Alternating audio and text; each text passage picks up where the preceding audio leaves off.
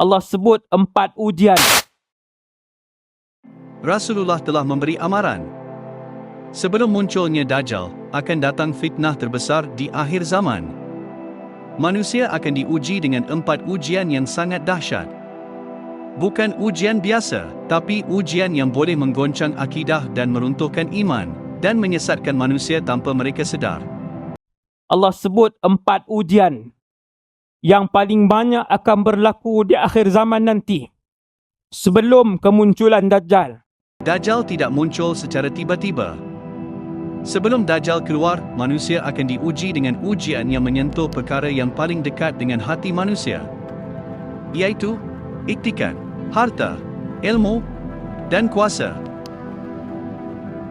Ujian paling awal dan paling bahaya ialah akidah, iaitu iktikad.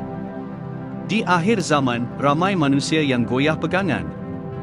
Yang hak dianggap salah, yang batil dianggap benar.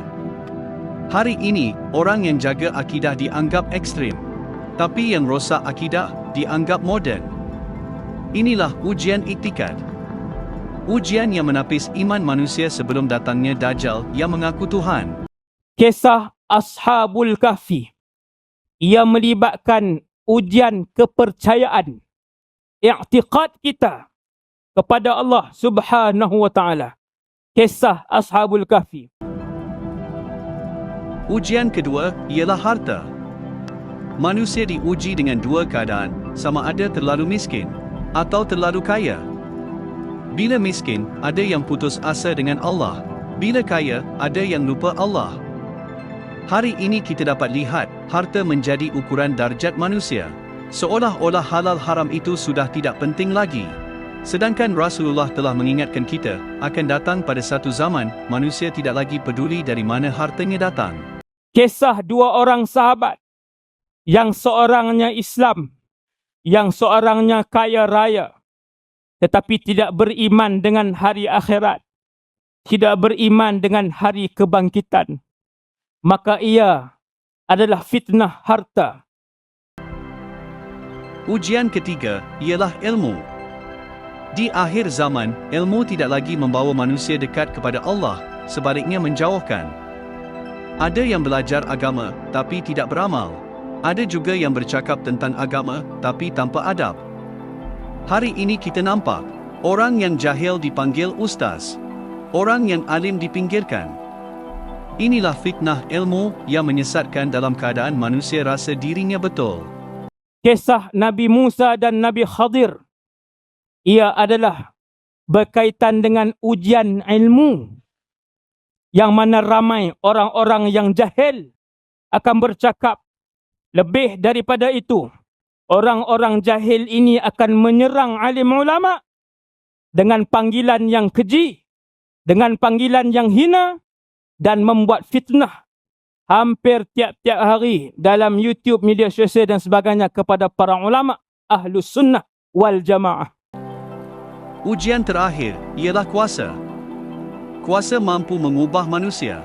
Yang asalnya baik, boleh jadi zalim. Yang asalnya amanah, boleh jadi khianat. Pada masa sekarang juga kita dapat lihat pemimpin yang menindas rakyat. Jawatan hanyalah digunakan untuk kepentingan sendiri. Pengaruh digunakan untuk perkara yang tidak sepatutnya, dan akibatnya manusia itu terus menjadi lupa diri. 4 ujian yang paling banyak sekali di akhir zaman, sebelum keluarnya Dajjal, disebut oleh Allah dalam surah Al-Kahfi. Maka Allah turunkan surah Kahfi sebagai perisai terkuat. Wahai umat Nabi Muhammad sallallahu alaihi wasallam, sesungguhnya Allah menyediakan pelindung yang terkuat untuk setiap umat Rasulullah sallallahu alaihi wasallam, untuk tidak dapat didekati oleh Dajjal dan tentera-tenteranya, ialah dengan menjaga iman dan akidah yang betul, menjaga ibadah, dan juga mengamalkan surah Al-Kahfi. Amalkan surah Kahfi, 10 ayat yang terawal, 10 ayat yang terakhir, setiap hari. Persoalannya, adakah kita sedang berada dalam ujian itu sekarang? Oleh sebab itu, sama-samalah kita muhasabah diri.